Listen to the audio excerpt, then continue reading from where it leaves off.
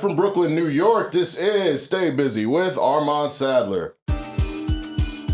Well, you know that I'm the guy. I'm out here living life. I'm busy. Stay busy. Stay busy. Stay busy. Making moves and catching flights. So please don't waste my time. I'm busy. Stay busy. Stay busy. Hey, hey, hey. Stay busy, yeah. Ladies and gentlemen, welcome to another edition of Stay Busy with Armon Sadler, brought to you by the Revolt Podcast Network. And this is the podcast where we have responsible discussions on the entertainment business and the entertainment culture. I am 1/3 of this lovely trio. Head honcho, vegan chorizo, Poppy, founder of Bald Nigga Ballers, the Bald Nigga Bombshell, Chinedu, and one of two men to sit in front of Taylor Rooks and not tell a lie, Armon Sadler. To my left is the Panamanian princess, Miss Bring It to Your Front Door, Miss Rarely Seen, Always Noticed, Often Imitated, Never Duplicated, my mother's favorite part of the podcast, Miss2Bees. What up, Miss2Bees? What's up? I gotta ask Kojo if there's a third person that has never lied to Taylor Rooks. Yeah. All right, and see if you gotta keep updating that, John. I mean, hey, I'm here for accuracy. I'm here to be responsible. So if Heavy there on is, that. I will absolutely. That's like the coolest claim you have, though. Right. Hey, man. Like that's I'm like, that's pretty serious. Yeah. It was probably one of my favorite interviews too. That's if fire. you haven't seen that, it's on the Stay Busy YouTube. So go check that out. Stay Busy with Taylor Rooks. But to my far left is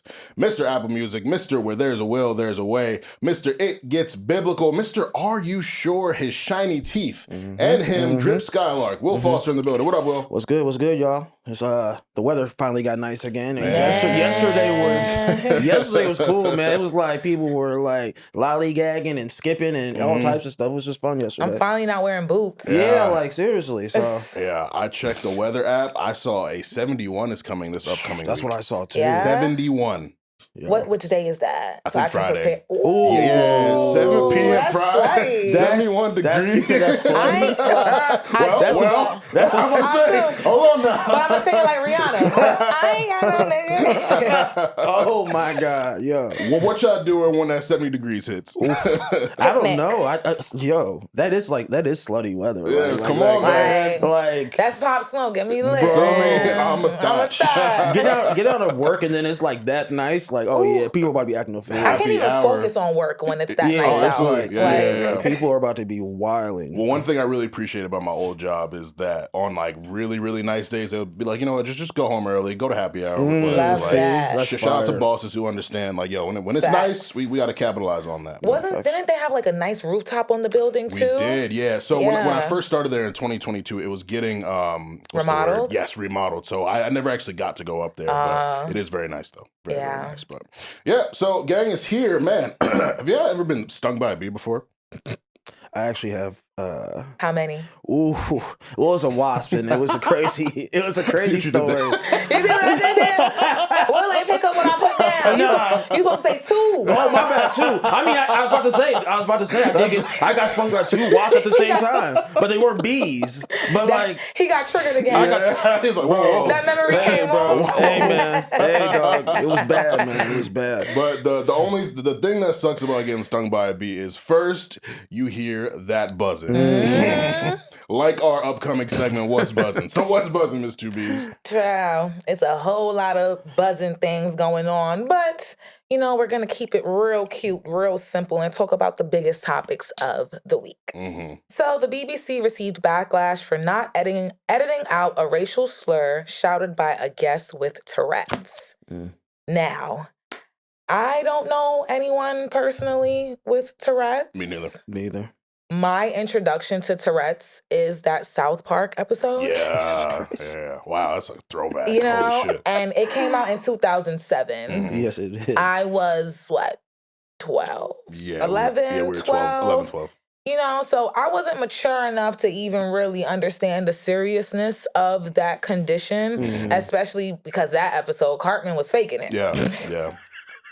You know what I mean? Goddamn, wow. And he was faking it to a point where it took like it was like mentally draining for him. So it's like, you know, there's always that like, you know, is it real? Is it fake? And apparently there are between 10 and 30% of people with the condition have tics that produce socially unacceptable words like curses. And the condition is called coprolalia. Okay. And that usually people try to manage that condition with behavioral therapies like habit reversal training or CBIT to build awareness and competing responses, plus medication. And it also makes me wonder if the person that shouted the N-word out to Delroy Lindo and to Michael B. Jordan while they were at the BAFTAs, if this person is currently treating their Tourette's. Because I know that he's an advocate, and they also made him a member of the Order of the British Empire in 2019. Really? Yeah. Wow. So he's clearly he's like a figure over there. Yeah, he's a figure over there and an advocate for that condition. So it makes me wonder, like, is he treating the condition? And he did claim that he left out of embarrassment. Right. And he also questioned the positioning of the microphone.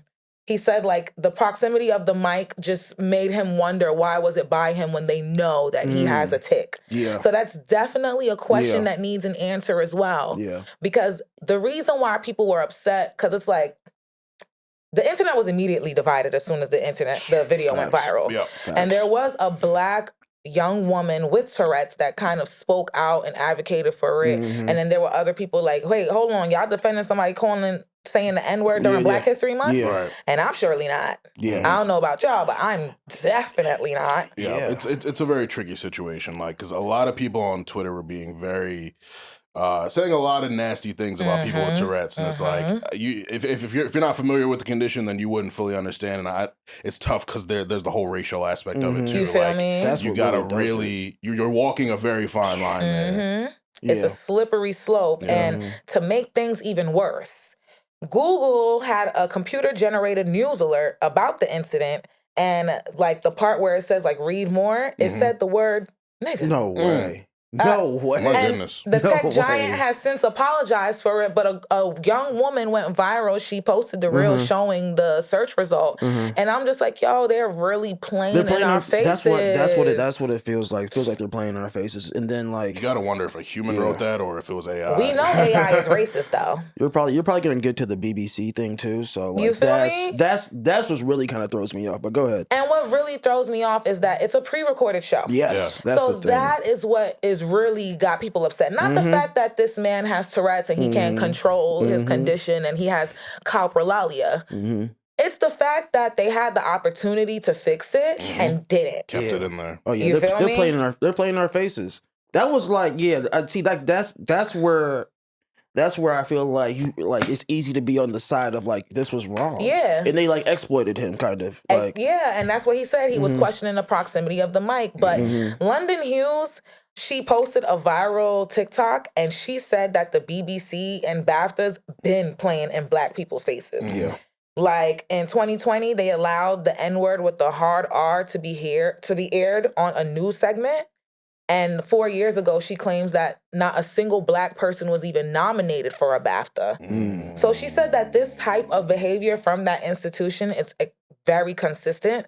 However, the Black Brits are very much keep calm, carry on. Right. Yeah. Versus Black Americans, we stand on business. Right, nah, fuck all that. We like, that's our energy right now. We're not having that. Wait, yeah. We hold on a second. standing on that. So she was like, "What? We didn't have the numbers before, but now she's like, the Americans are pissed, and the BBC, they don't want that smoke. They've never got this amount of smoke ever before. So I'm just like, yo, that really reminds me of just being like first generation American, and the way like my cousins would really let things rock, and it will literally have to be me to like puff up my chest and let them know like no, that's not cool. Yeah, we're not letting that rock. But shout out to Delroy Lindo, shout out to Michael B. Jordan.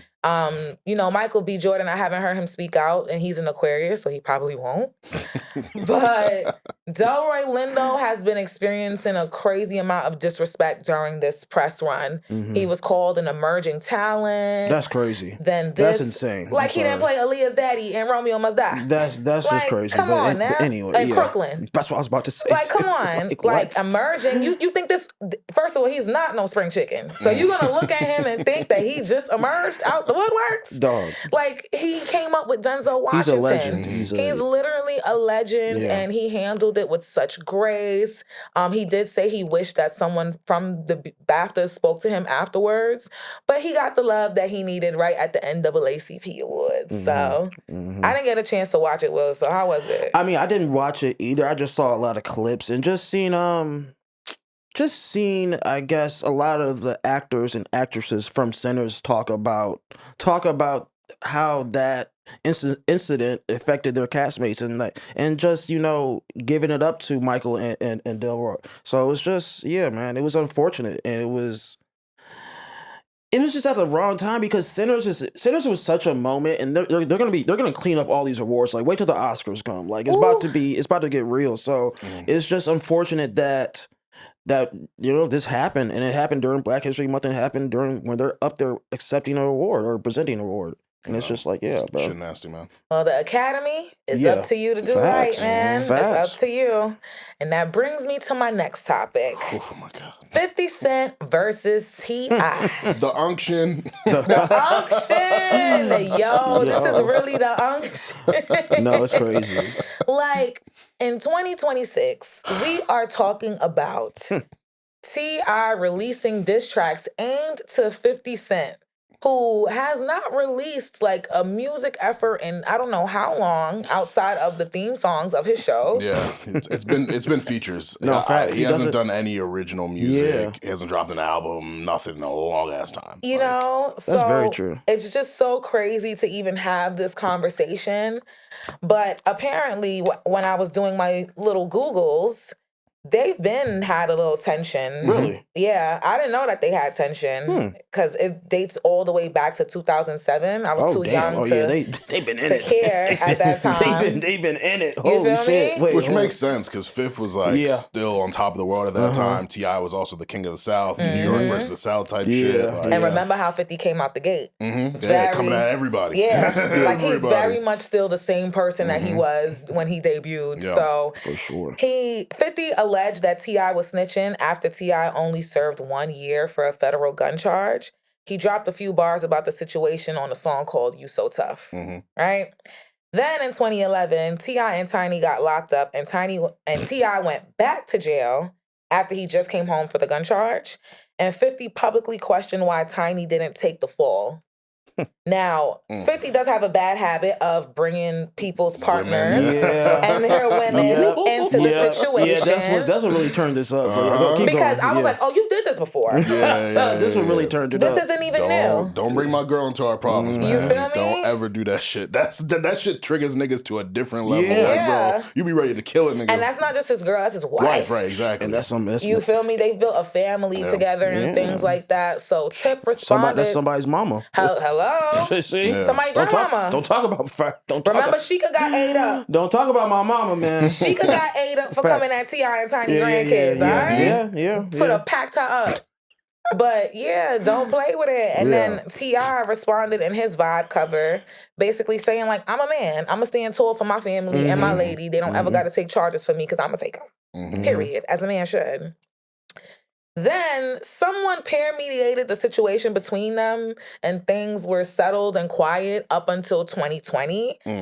But then that's when T.I. began publicly calling 50 Cent out for a versus. Oh, that's when it started. Yeah, I do remember that. Wow. Yes, he did not just start calling him out for the verses. Okay. He's been doing this for 6 years. Wow.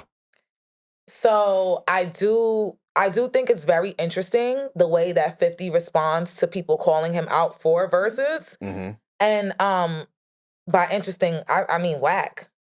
Yeah. Like at first, Ja Rule called him out, and then he was like, "Oh, a better person that he'll be suited for is Snoop Dogg." Based on their respective catalogs. And I know that they both have massive catalogs, and like I can't mentally put it side by side right now, but because Snoop Dogg debuted way before 50 did, and Ja Rule and 50 were hot at the same time. That makes more sense. That makes way more sense, but he was trying to be dense and condescending. Yes, he was. You feel me? Yes, he was. Of course. the 50 Cent way. Yes, of course. Typical Facts. Curtis. You feel me? Like, there you go again, Curtis. And then he gave T.I. that same energy as well. Yeah. Mhm. You know, he said that when T.I. first called him out, he shut down the battle and he called Jeezy versus Gucci Mane's battle a desperate attempt for Jeezy to sell records. I remember that as well. Yeah, I Yeah. remember that conversation. And I was just like, okay, I don't know what's 50's problem with verses. Facts. But it's just like, if you don't want to do it, just don't do it. But I don't understand all like the negative commentary that he is adding behind it. I wonder as if well. he has smoke with Swizz and Timbo. That's why, that's what I wonder. This is like, I can see I'd Swizz. have to look into I can that. see Swizz. you feel me? Because 50 is that type. Like, he might not tell us, but something happened and he ain't fucking with them. I mean, now that you mention it, he has always been kind of dissing verses or just like putting it beneath him. Like, that's beneath me. Like, He's putting it beneath him. I don't need to do that type of stuff. He so. literally always says that. Like, things took a left when 50 posted that unflattering picture of Tiny, though. Once again, Don't post my mama. don't bring my girl into Yeah. And child, somebody in the comments said 50 fighting with the Encyclopedia Junior, and the Urban Dictionary. I said no. Oh, hell no. Like, it didn't even get funny. After that, it never was funny to begin with, but it just was not funny. Like, King took it to hell. Oh, yeah. King took it to hell, yo. Yeah. Like, he put 50 Cent's mom on a t-shirt. That's what I've been seeing. That's what I've been seeing recently. Rick Ross is supporting the t-shirt line. He asked for a 3X. Yeah, I'm gonna need that 3XL, man. Yeah, like, he literally, you could just hear him saying The it. boss. Yeah, he goes, I like that. Nah, you're crazy. This nigga said the boss.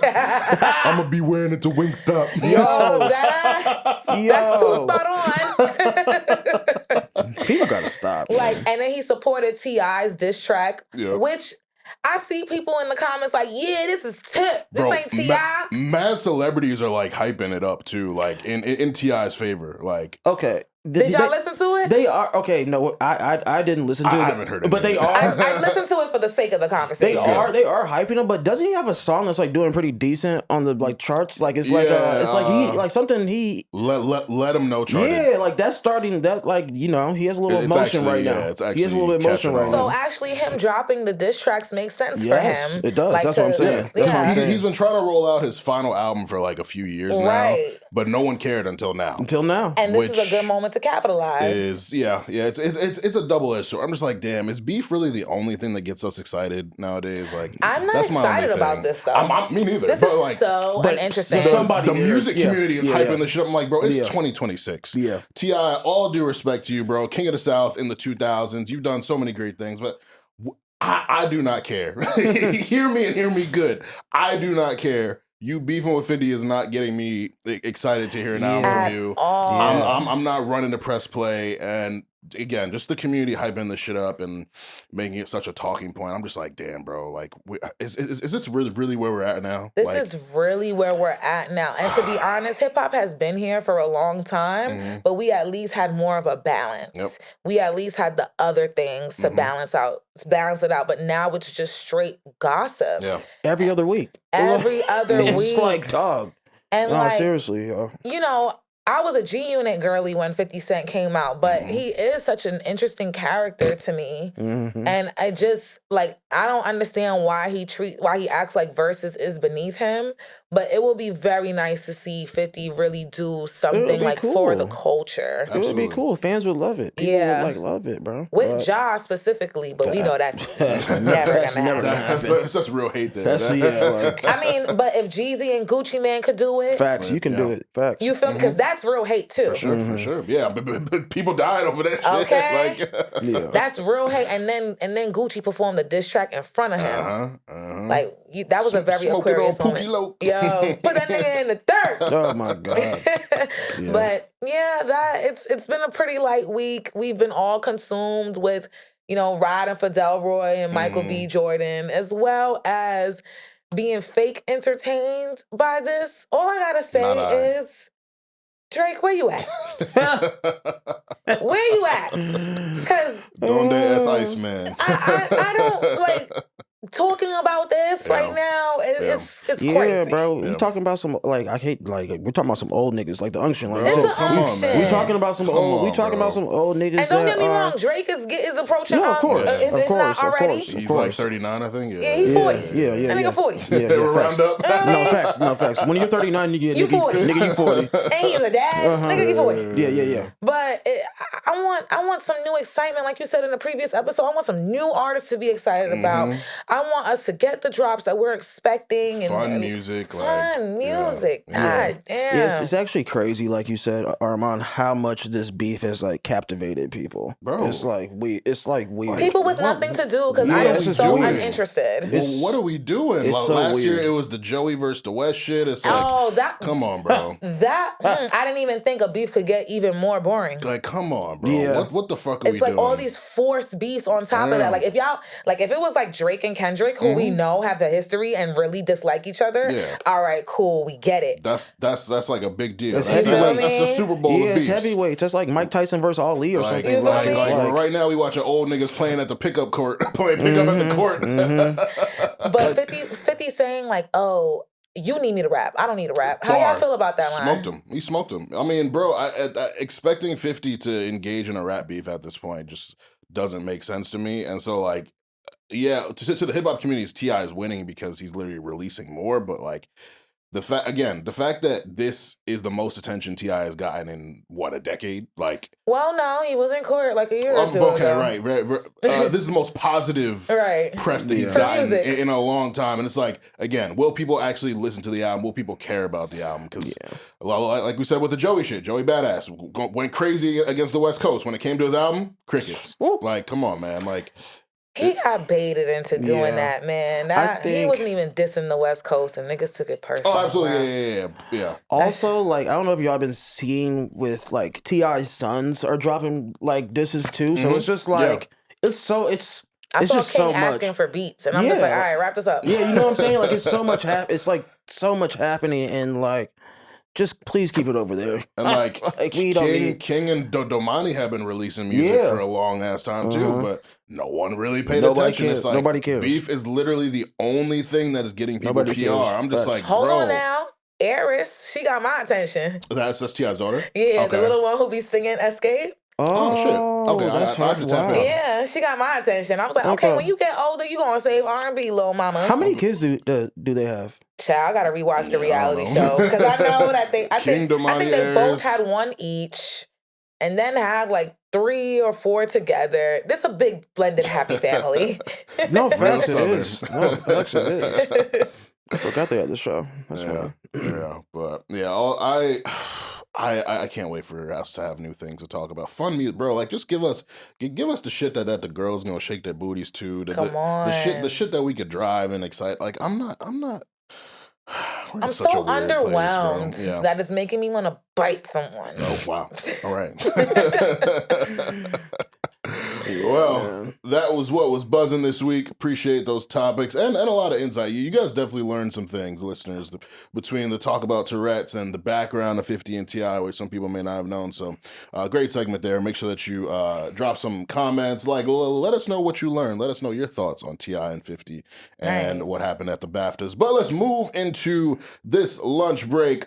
First, I've been thinking a lot about the concept of your 10,000 hours. They always tell you when you're starting a craft as a creator, you got to put your 10,000 hours in. You got to put your 10,000 hours in. And so 30 years old now, only a few months from 31, which is insane. You know, I think about my career and I'm like, damn, I've done a lot of really great things, but obviously I'm at a place now where it's like, I'm not starting over, but I'm kind of rebuilding, kind of considering a pivot, all that. So I was like, damn, am I restarting my 10,000 hours? Like I've always kind of put myself in this mental place where like, I'm still a rookie trying to like navigate my way, but it's like, is that mindset detrimental? Because again, I have done a lot of great things, written for a bunch of different places, interviewed a lot of great people, like had some big milestones. And so I just wanted to have that general conversation with y'all because we're all creators doing a variety of things. And so your perspective on your 10,000 hours. And my first question is, what hour of your 10,000 hours do you think you're currently on?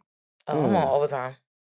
Wait, what you just said? I'm on overtime. Oh, overtime? Wow. Yeah, I'm getting my time and a half. I mean, maybe, yeah, because you got to think, like, when I think your 10,000 hours start when you find that thing that you're passionate about, and then you start just pursuing it. And Right. we probably been pursuing our passion since what, 15 or like 16 years old, for real, for real. Yeah. Since teenagers. Yeah, so it's like, it's crazy. It's just crazy. And then I guess we're working in the fields that we want to work in, Mhm. and yeah, I don't know. It's a good question, man. No, It's a good for question. me, everything is like all in one. Yeah. It might be different things, Yeah, but facts. like I consider everything to just, I group Mhm. everything. Yeah. Mhm. Like I moved out when I was 19 Mm. and I've been working since I was 17. Oh yeah, your turn. I'm getting my time and a half. Mhm. Like, 30,000 hours. You understand? Like, no shade. No like, cap. I No vividly remember turning 18 and going to T-Mobile and opening up a phone line, putting my phone on my line, and going to my mother and telling her, when you punish me, you cannot take my phone because my phone is under my name and I'm paying for it. Mhm. And then the That's following smart. year, I moved out. That's smart. And then I was at the source. I was interning, 2 internships, working. You know, I was doing the things, been doing the things. And I've been always doing extracurricular activities. Yeah. Like, you know, I'm very immersed in my mom's culture. So I've been doing performing art stuff in the Panamanian community, just That's been tight. doing stuff. That's So, tight. like, for me, yeah, at this point, it's like they say it takes 10 years to be an overnight success. Like, I'm really waiting for that overnight pop and people would be like, yo, where that bitch came from? No, seriously. That's where I'm at. That's one of the realest quotes too about that. Like, it takes 10 years to blow up overnight. Like, for real. What about you, Armon? Where you at? Well, you say you feel like you're restarting, but like, yeah, but I where'd you leave off? Yeah, I don't think it would be fair to say I'm restarting though, because like it feels like I'd be erasing everything that I've done, and it's like it's so crazy. Like I'll go whenever I'm out at social events or I do stuff, like people be reminding me of shit that I forgot that I did. Like, yo, you interviewed Bad Bunny, like you interviewed this nigga, you interviewed that. I'm like, shit, I did do that, but because I think as an ambitious people, we're always thinking about what's next, so we don't always revel in what we do, and these things kind of just slip our mind. And so I think like a fair place to put myself, like maybe like hour 5,000, like 5,000 out of 10,000. I think there's still some ways for me to go within journalism and outside of journalism. Like I definitely do want to pivot out of traditional music journalism because the shit is bleak right now. I'm gonna say it don't exist. It stinks. It's yeah, and it's like, you know, back in the day, I really took that responsibility of trying to like carry that torch and show people, no, like good journalism exists, and there's other people in the field who, you know, I respect, who I think are doing a good job, but we're constantly disrespected. These publications are constantly cutting their staff, pivoting to AI, doing all the shit. Like I lost my passion, but it's also like there's not a place for it anymore. Like people don't crave it anymore. Like album reviews don't matter. Like, or do they? Well, we'll get into that. We'll get into that. But yeah, it's just like it's a really weird time to like. So, you know, of course, I'm thankful for the 10, 11 years that I've been a journalist and done some really great things. But I'm just I think it's time for me to find something new, and I've got some ideas of what I want to do. So yeah, I think the 5,000 hours I put in have been great, and they've taught me a lot, and I think that they'll serve as a good momentum to push me into the next direction. But yeah, I'm at a really, really interesting place, a crossroads, I guess you could say. Yeah. I felt that, especially, you know, fellow media sister here. Yeah. I feel like it's hard for us to revel in those moments and those accomplishments because the game has gotten so oversaturated to the point like, yeah, you interviewed Bad Bunny, but what happened after? Bro, it's crazy. Like bro. I was on set helping like one of like my former classmates in one of my production classes, and he was telling people like, yo, she interviewed Denzel. I'm like, I don't give a fuck, nigga. Like I only paid my car note for 2 months off of that YouTube ad revenue. Like it's crazy. It's one of those things. Yeah, it's like one of those things. It needs to convert to money or dancing. Like, come on, I need to write a script for him and Denzel. Bro, you know like, it's so crazy? Like when I go home to like Ohio and Cincinnati, or go around like just my extended family and stuff, and they be like, oh, you did this and y'all went there and this and that, and it's like all that stuff is cool, but until my bottom line or my circumstance changes, I don't feel like it's cool, but it's like the cool is only gonna last for so long. And then like I will say, living here, you definitely get that sense of like, okay, you did that, what's next though, nigga? Like what you about to do? What you about to do next? Especially here, like New York City, and like how like everybody's doing something, everybody's cool. everybody's in these Literally rooms. So it's anything can happen in a New York minute.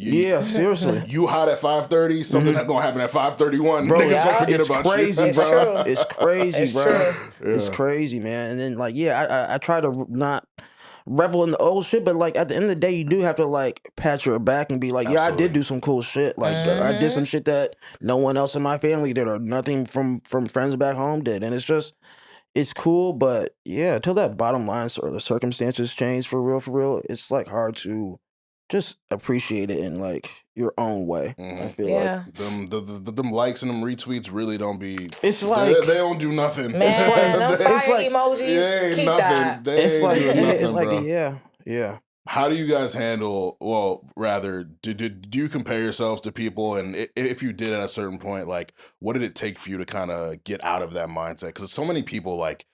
There's a quote: "If you live for the applause, you'll die by the booze." And so many people like get so caught up in their public image, and then they're looking left and looking right, and be like, "This person gets more love than me, but they don't do what I do as good as I do it," like shit like that. So like for y'all, how have you dealt with comparison culture and kind of getting yourselves out of that?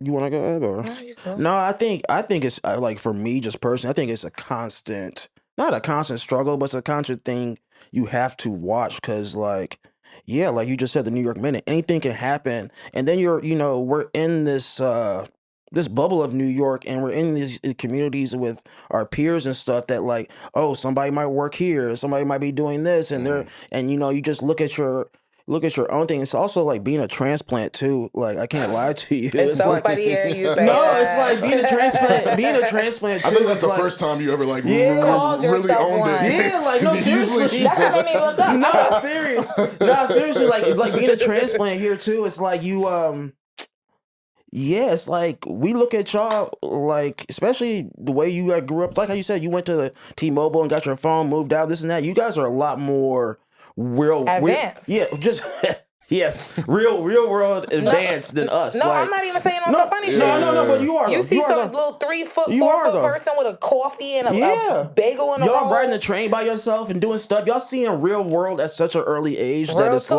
like, come on, gang. Real talk. So Me, I never really compared myself to anyone for you real. don't seem like that type of person. Yeah, like I can't am lie who to I you. am because I am who I am. Mm. Like no shade. Shout out to my mom for instilling like the delusional confidence that I have. Yeah, it's fire. Like It's so I important. don't want to compare myself to anyone because when I see people do it, like they always make themselves feel bad, and that's not something that I would want to do to myself. So I just avoid doing that altogether. Facts, bro. Like I am who I am because I am who I am, and I'm super confident in the things that I say and I do because of my 10,000 hours. That's what I was about. Ooh, yeah. Like, Ooh. She's I know what I'm doing. She doing some sports references right now. I know what I'm talking about. I Facts. know what I'm doing. That's a fact. Bro. You might not feel me. You might not like how I'm talking. You might not like my tone. You might not like me. However, I ain't wrong though. That's crazy what you said to like you saying that, because I think we're 3 people that like when we talk or say something, it cuts through to people and it means some importance to people where you're making statements like I think like last year when we was doing the podcast and I was like, New York has been making the hottest music and like the comments we got and But that's stuff a fact. exactly like yeah. Anyways, it's just I think we're those type of people, bro. Yeah. Is there someone in the industry you've like compared yourself to? Oh, absolutely. Yeah, for sure. When I was first getting into journalism, and like honestly, the reason I launched this podcast was like I felt like I wasn't getting the opportunities that I wanted. But you gotta really have that moment where you look in the mirror. It's like, are you ready for them? Are you doing enough? If you have time to compare yourself and look at other people and hate on other people, that means you're not working hard You're enough. not wrong. That means you're not working hard enough. Like rather than looking at them and being like they have what I don't have, it's like why do do they have that I don't have? You gotta think about the why. You gotta put in work. You gotta have that work ethic, that delusional confidence. That's carried me so far. I've always been a very confident person, but definitely had my insecurities too. And I think that's just natural as a human being. But in this journalism space, you'll specifically with regards to us in journalism, like, things aren't always as good as they look on, on Instagram, look good, on too. Twitter. Like it's I'm trying to tell y'all guys, it's not. It's literally just the highlights. I'm not rich. And you'll get so caught up in people's highlights, but you won't see their lowlights behind the scenes. Oof. And so I think once you start to experience things like you get your first viral article or your first paid article, your first big interview, and you realize, damn, this shit didn't change my life at all. It's like you start to understand, oh shit, maybe the person who I thought was doing all these great things is having this experience too. So it took me a long time to get out of that period, but I think just through therapy and just through my 10,000 hours as well, or as many hours as I put in on the road to my 10,000, that's such a good foundation for just not getting too concerned with other people. Like, because ultimately that does nothing for you. Like you got to actually put the work in, actually work to have that foundation of where you believe in yourself and just continue on with that. So also as a Black man, I feel like it's hard for Black men. Like, oh, it's tough. There's a lot of men in my family, barely any women. I'm hoping to have like 3 daughters. But like, I've seen a lot of different Black men. I grew up, like, I'm really close with a lot of Black men. They confide in me. And it's just like one thing I notice is just how easily Black men like to follow. Well, yeah, if they don't have guidance or don't like the guidance that they have. And, they try to find a sense of community in a lot of things, whether that be a frat or a gang or however they choose to do it. It's really hard. Like my heart broke when my nephew was like a baby and his sister and his mom is like yellow and he's like brown like us and he's like, I want to be yellow like them. Wow. But my niece would never say no shit like that. She is so strong-minded. She's so, I don't care. She's not as sensitive as he is. And there is a connotation that boys are easier to raise, but I completely disagree. Because of that, I feel like little Black boys need way more. Way more. Yeah, I think so. Also, just I'm the oldest in my family. I'm the top sibling or whatever, brother, and and trying to lead by example, and then also at the end of the day, I did some crazy shit. I sold my car and moved to New York City off a dream of doing stuff in the music industry and taking pictures, and we've been around and kind of been successful and being able to hang around for this long, but I was one of those people too that I never got a mentor or anything like that. Did you guys ever get a mentor or get people just to? And I kind of wish I did, but I kind of wish I've never had a formal mentor. I've had older people who I could, reach out to for advice, but none of them I would say, oh, that's my mentor. Yeah. They really took me by the hand, put their arm around me, and guided me. I have something that's I have a few examples of something less than a mentor, but it's more than that. But I do have a lot of those, older people that I can call and seek to. That's cool. And my mom helps me a lot, with life. No, seriously, seriously. I think just off that point, people used to be like, oh, who's your hero? Who do you look up to? I was like, I look up to my dad. That's type shit. You know what I mean? And don't you have an older brother? How's that dynamic? Have you looked up to him at any point in life, or felt like he kind of was your mentor in a sense? Eventually, I used to hate that nigga growing up. It'd be like that. So It'd be like that. My brothers used to we used to really bang, and it's now being older and seeing and just life experiences, start to learn, be like, oh, that's why you acted like that, and then he'll be like, oh, that's why you acted like that, and it's okay, we can be in the middle, and at the end of the day, we're siblings, right. But seeing him go off to college and really do well for himself, president of his frat and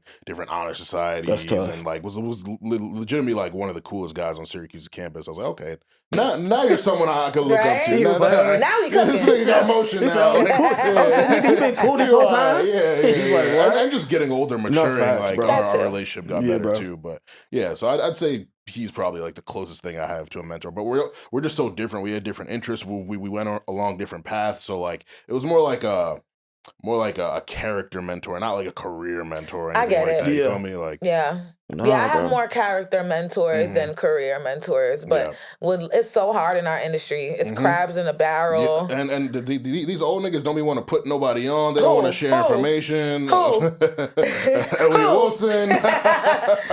Yo, And no, it's a couple of it's them mad though, at him. who, It's like, not just him. Bro, who I'd reach out to Close ask to for the advice, vest. leave me red, Close leave to me the on red, vest. and then as soon as I gain a little motion, they tagging me on the time. I'm like, Proud bro, of you. hold on, nigga. Yeah, well, you proud of me? I'm lit I don't even know you emojis. like that. Like, Fire. Come on, man. Like, what the fuck we doing? I remember when Joey called for like younger talent on air. He did it on Ebro and he did it with Angie. And Ebro told him, "Tell him come take my job." Like, what? Excuse me? And I was like, What are we doing? Okay. What are we doing? But yeah, it's crazy out here. Absolutely. Something funny that I saw this week.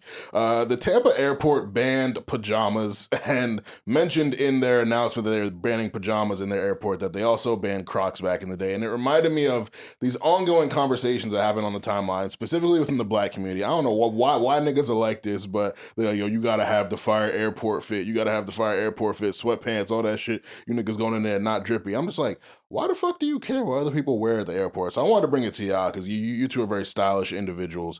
You said it. You said it. Facts. Thank you. When y'all are going to the airport, is the outfit that you're wearing something that you really like put thought into, put effort into? 100%. I do sometimes. The only reason, like, I do sometimes, but like, my favorite thing is, especially, I think it started when Virgil and all them doing, like, taking the pic of your bin, like what you put in your bin, like, oh, you have a watch right there, you got the cool wallet, you got the belt. You are an accessory dude. You take a picture, be like, oh, he's like moving, like, okay, he's looking like the passport sitting right there, the mobile PS5 shit, and it's just like, oh yeah, like he got a little motion. Yeah. But you don't care about the actual fit? I do, Like, but not too much, bro. Like, not too much. I care. You flew home in December. Yeah. Right? Yeah. So what'd you wear when you went to the airport? Just that jacket and probably these pants, and then also, bro, this is a whole nother thing. I had the cat with me too. Yeah, So I remember the story. I have to go through TSA with it on my shoulder, and it's just crazy. So like now, like I low key wish somebody would take a pic from like a distance, like on some like paparazzi shit. Look like, at this nigga. Look at like, oh, he's fresh. He got a cat on his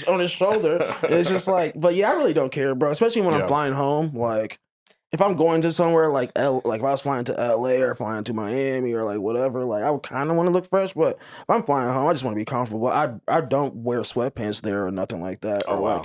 But I would though, but I just don't have a lot of sweatpants. I mean, but there are stylish sweats. Yeah, for sure. I'm saying you, I just don't have them. Yeah, yeah, I like just you don't can have dress them. up streetwear. Yeah, I for sure. personally care a lot because when I look good, I feel good. That's a fact. Nothing like my favorite interactions when I'm in the street, too.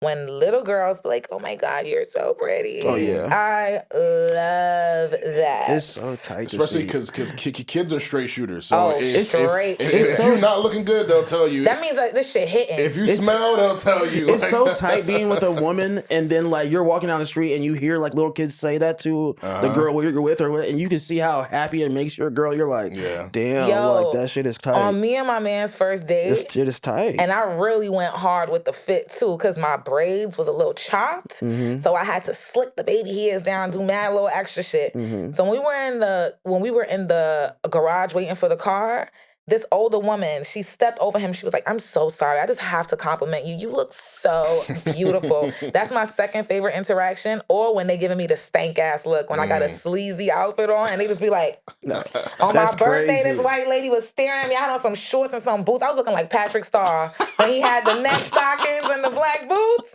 Yo, I went like this to her.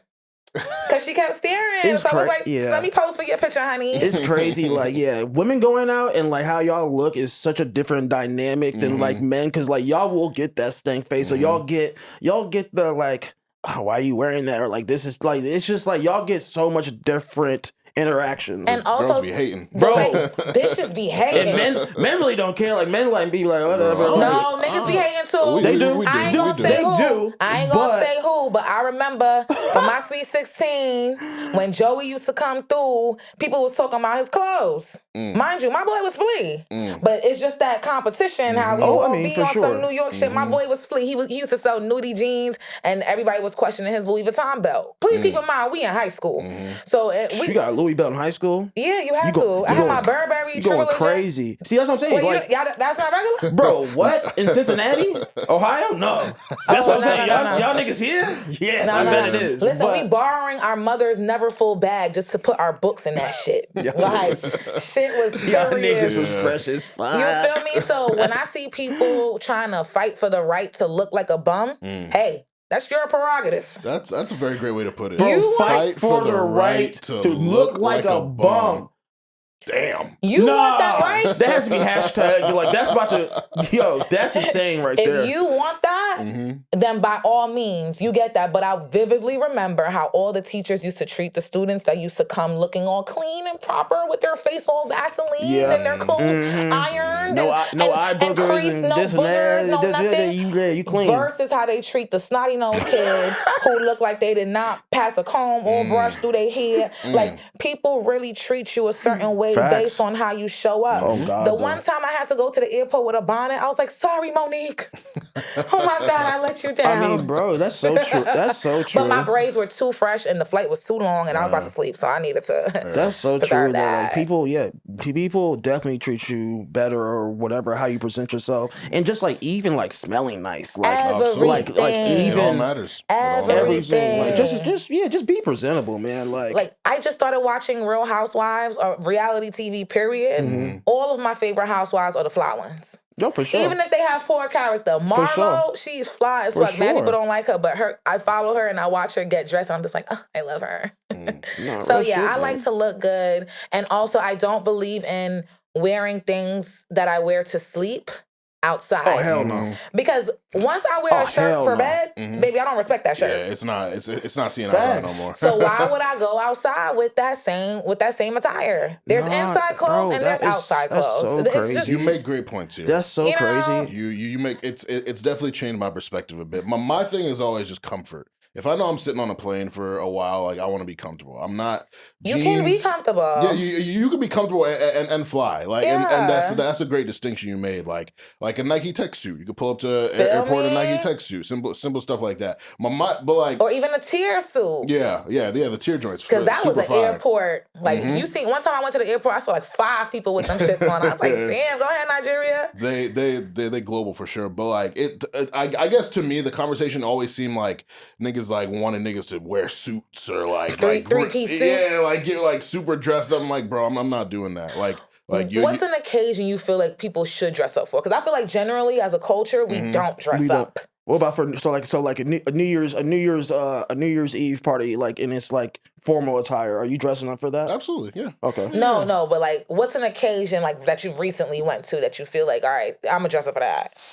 Or just something generally that you feel like it's worth dressing up for? Because me leaving my house, I'm gonna put a little something. Yeah.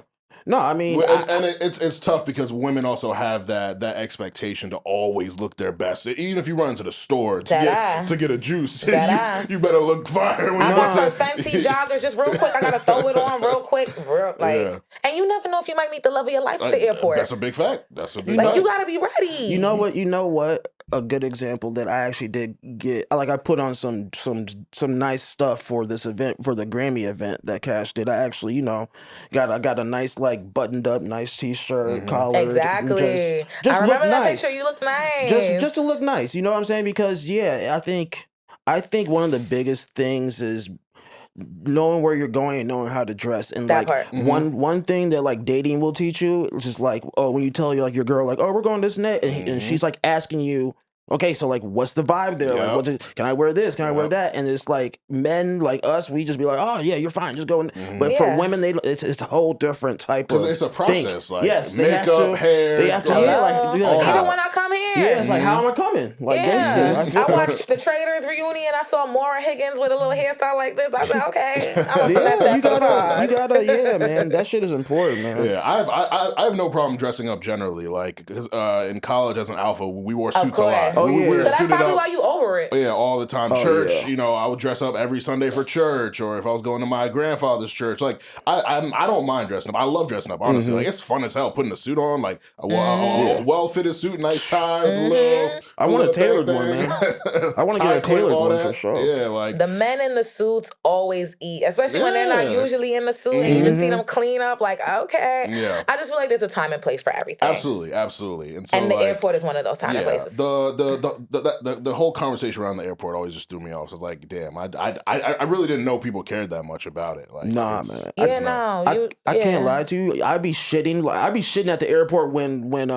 it's like rolling loud and people are like traveling. That's when you know you're gonna see people there. Oh yeah, I'm coming. I'm coming crazy. Yo, BT weekend. You feel me? Certain weekends, You come in yeah. crazy because you know everybody's about to be at the airport. shit. Yeah. And you gonna see people you run into. You gonna Yep. give little head nods and this and that. Niggas gonna be like, look Yep. at your fit. You're gonna be like, damn, he fresh. You as don't want hell. nobody to catch you lacking. You At facts. all. So Okay. you gotta be ready. So you gotta Yeah. stay ready. Yeah.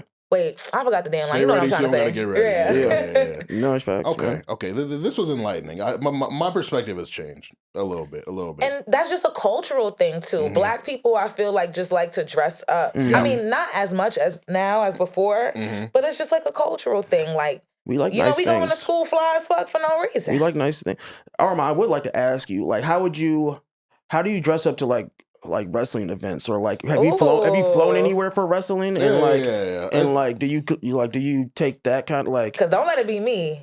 It's gonna be a thing. Yeah. Nah, I definitely try to look extra nice when I go to Yeah. the joints. Like my nicest kicks, yeah. nicest pants, like a jacket maybe niggas haven't seen me in, cool shirt, stuff Yeah, like that. like- But like it's never like dressy, like Yeah, formal for type sure. shit. Of Like course. just like fly. Do you have like streetwear. super rare wrestling t-shirts and stuff like that, or like stuff Not- that you like might only pull out for special events? For sure, yeah. Yeah, Not that's like tight. super rare shit, stuff that like other people maybe have, but like Mhm. stuff that you won't see me in a lot. Like, That's yeah. tight. I have a question for both of y'all before we move on to the next topic. Has there ever been a moment where you guys were underdressed and were like mortified when Oh, you walked yeah. into the event? Oh, yeah. Like Oh, that yeah. happened to me once. Oh yeah. I feel like that's What happened a few times. I can't. A few times. I mean, not a few times, but like there's been times where you're going to an event and you think it's a little bit more casual, and you walk in and it's not that casual, Right. and you're like the only person wearing stuff like this, or just like, okay, like, oh damn, I didn't get a haircut, so I want to wear my hat the whole time, but nobody's in here wearing hats, so you're just like Type fuck. shit. Like, you know what I'm saying? Like, I Yeah. hate shit like that. Like, yeah. Nothing really comes to mind. It's definitely happened to me, but Mhm. like nothing to where it's like that memorable to where I was like, nah, never again. I'm never fucking up again. I always remember that shit. Recently, my friend in January, she had like a supper club where she did a wine See, tasting. like that's something. Yeah. And so I dressed according to the wine tasting. And then they wanted to hit up the afties after the damn wine tasting. And we are 30. Okay? So I just want you guys to know that those places are filled with 21-year-olds, 22-year-olds. And I'm dressed like I just came from a supper club. Yeah. Okay? Yeah. And then Yeah. we find a table, and then like the DJ gets on the mic and goes, yo, we got some grown women in the Oh spot. hell no. And I just looked Grown at him. sexy. Yo, and I looked him right in the eye, like Bishop. You ain't have to do that. Like nigga. you did not, but then you could tell because it was a couple birthdays, and then Pussy Battle started playing, and then I'm recording them like an auntie, so I'm Oh, recording Jesus the girls Christ. popping their little pussy, and This is so funny. they had the big panties on that you could see through the clothes, and you could see. I'm just like, oh man, I'm so happy I'm like an adult now, and I could Yeah. dress properly, man. This shit is But typically, I usually just ask. I'm like, all right, like if I'm invited to a certain event and they don't make it clear what the dress code is, I'm like, all right, how should I overdressing. dress? How do people typically dress if this is something that's ongoing? Just so I know and I don't get caught up. Like you never want to be the underdressed person. Feel or me? Something, ever. no dress code, overdress. Yeah. Yeah. Let's move into this chat. So Spotify started a campaign You're saying funny that for laughing. hip hop needs new leaders, and you know it's a very funny thing for Spotify to do because Hilarious. in my mind it's like you're saying this as if you're not a platform that can, you know, put these people, playlist these people, promote these people. And granted, they did eventually, you know, put some names out. So I actually want to make a game out of this called Leader or Not.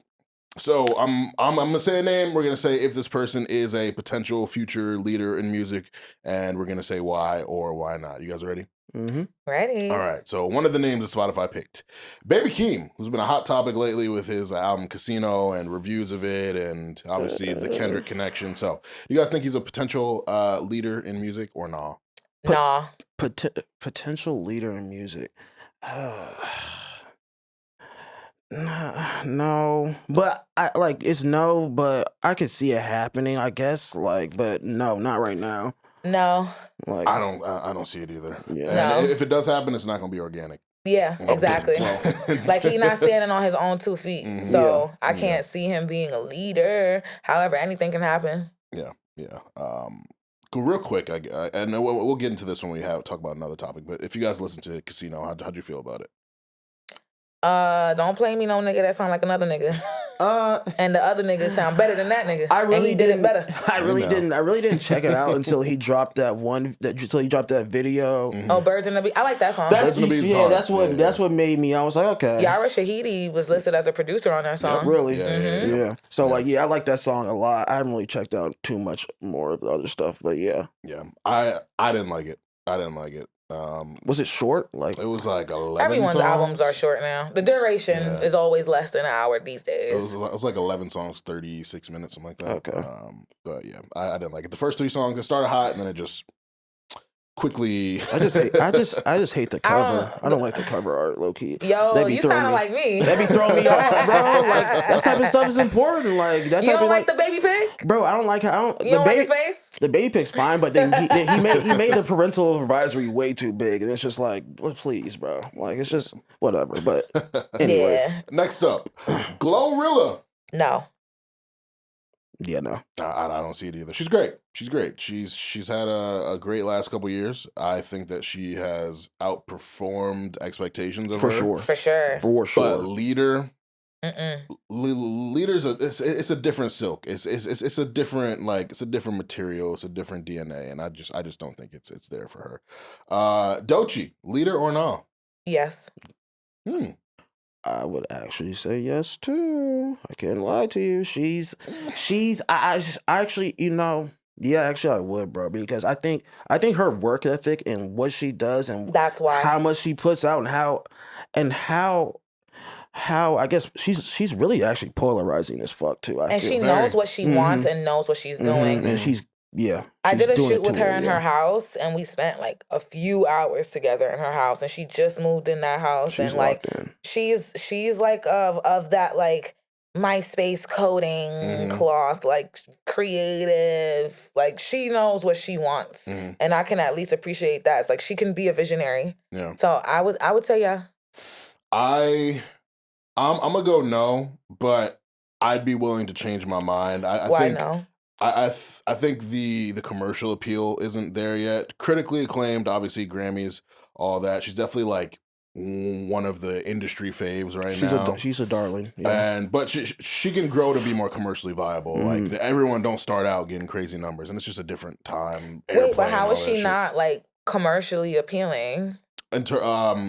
Or what does she need? What is missing in your opinion? Well, I think she just needs to like more like charting songs, more like. And I understand how you feel about the whole numbers thing, but it's like when you think about our leaders in music over the course of hip hop's existence, like they always were pulling in significant notable numbers. The big three, of course. Or you go back even further, like Biggie, Pac, Hove, all them, Eminem, which that might be controversial in itself. And so I think like while the music quality is important, the impact is important, being polarizing is important. Like you still have to have a certain commercial appeal to where like you drop like and you going number one is like a legitimate thing that could happen. And I just don't think she's there. I mean, yet. without I don't know, bro. I'm gonna say without I'm the looking at- charts, she got a Grammy. I'm looking at her numbers she right has now. accolades. This so is kinda crazy. What is your definition of commercial appeal I that think- does not include charting?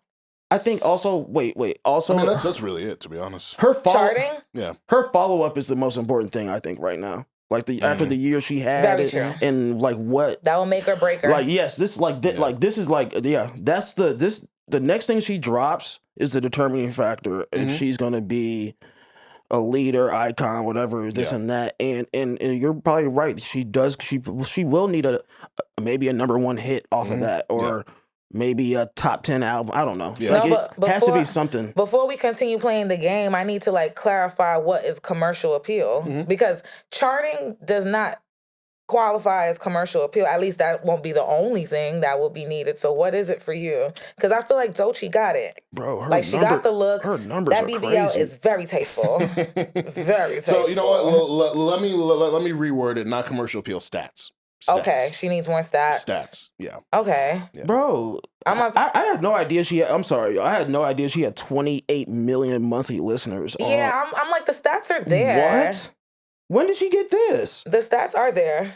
That's crazy, bro. She got it after that album. She was one of those like people that the monthly listeners increased like post-release because she kept on like staying in the mainstream and staying in the news. So and then she went on tour. And, it's been a lot of things to help promote that. I know she's very divisive to people too. Why? How? I don't know why. Because she's a dark-skinned woman. Like, stop saying, how is she polarizing? What has she done to polarize anything? That she's out here supporting Trump? How is she polarizing?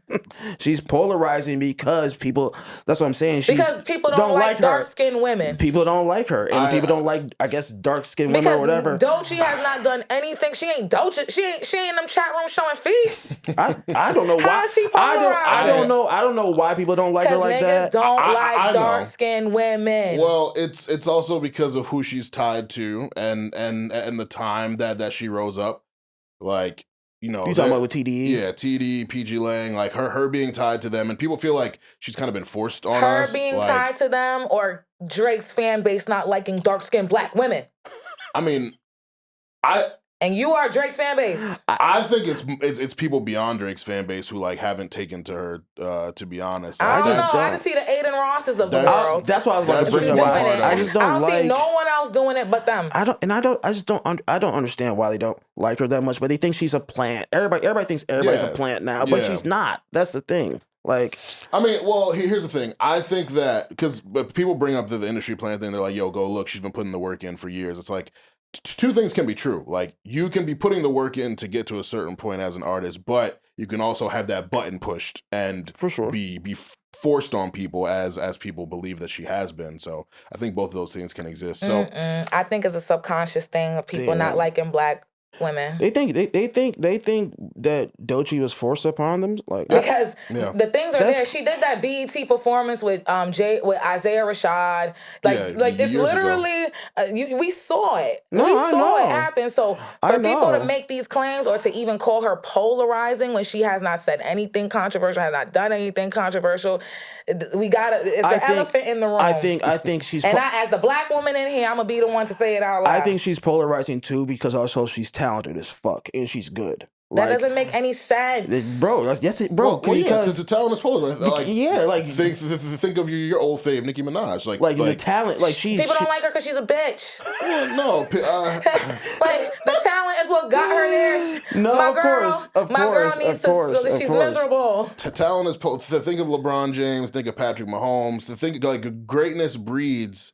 Disdain. Greatness breeds discontent. And especially if it comes from a dark skin. What's the agenda when the it girl's black? No, seriously though. Like there's definitely a couple things that have come together to not give Doechii consensus approval.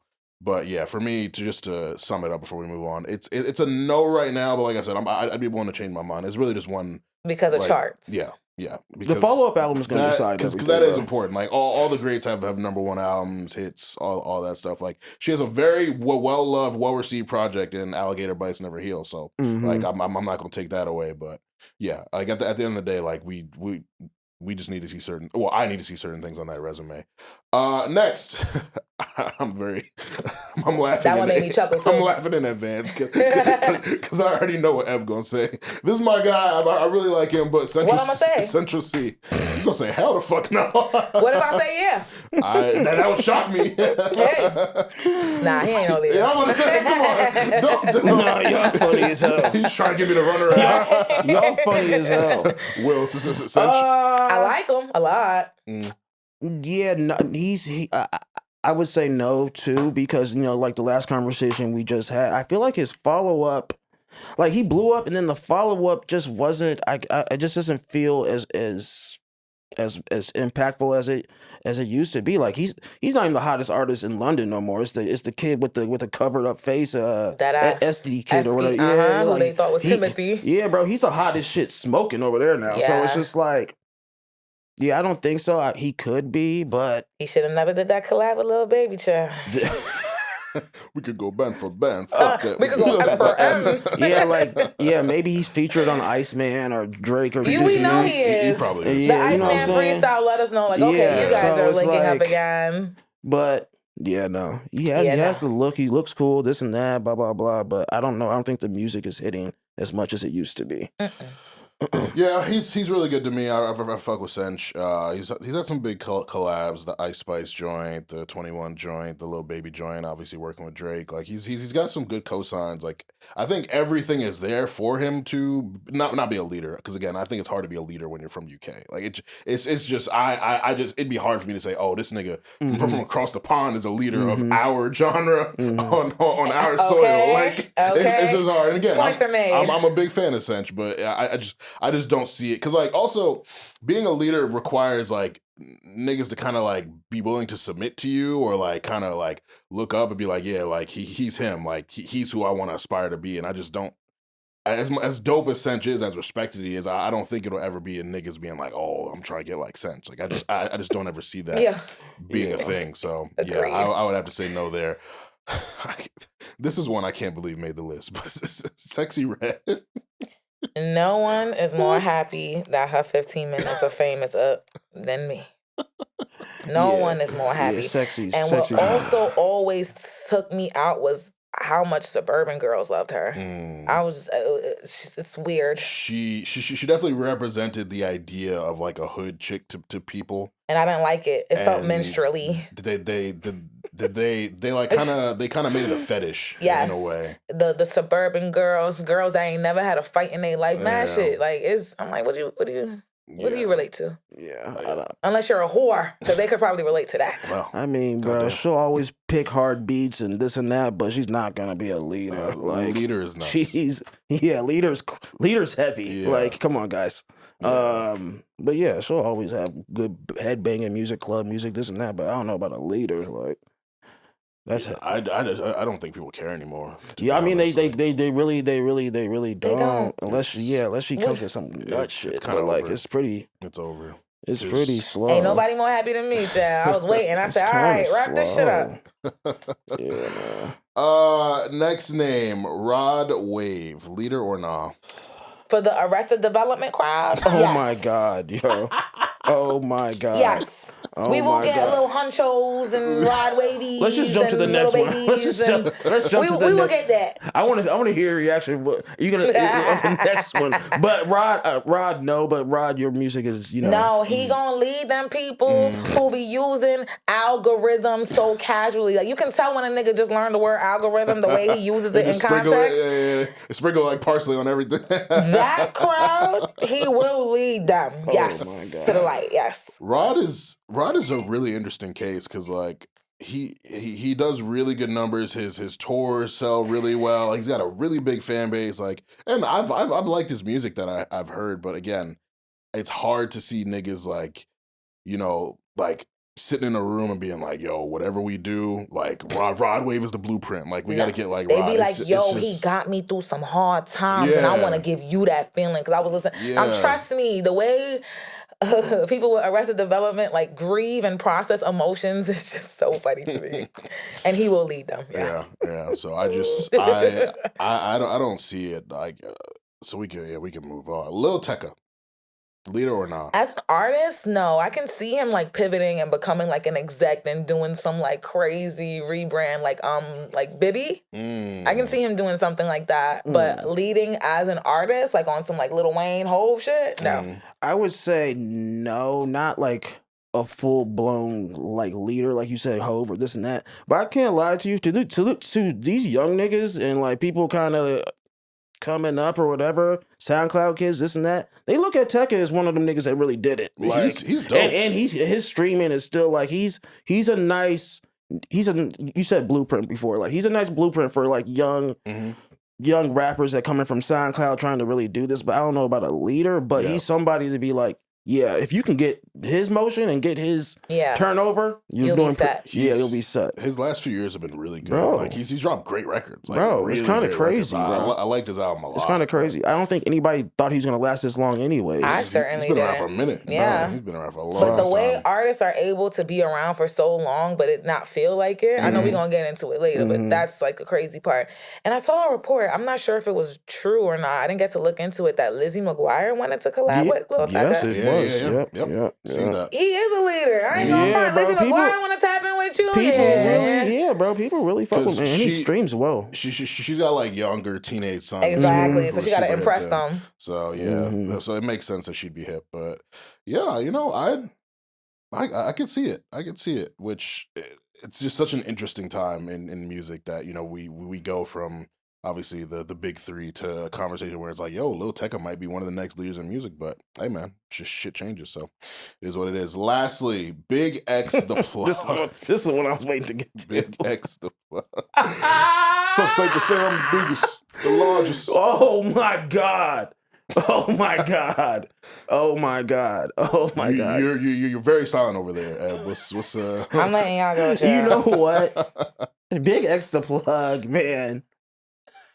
I don't know what type of dark magic they did or who they had to sacrifice or what's going on, but he became like the industry like the industry darling, big baby. Like he's just fat and just like it's just I'm sorry. It's just like it's just so ridiculous, and it's like, but I'm not mad at it. I get why people like his music. It's just like you said, the biggest, the largest.